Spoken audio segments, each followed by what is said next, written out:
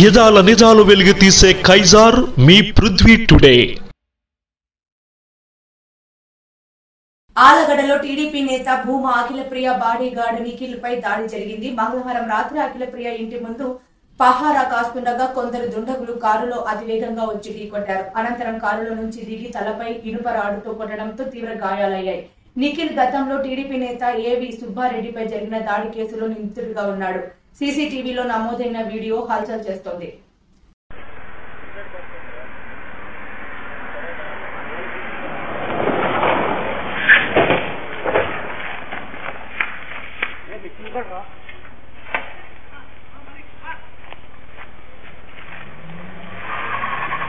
Yes, yes.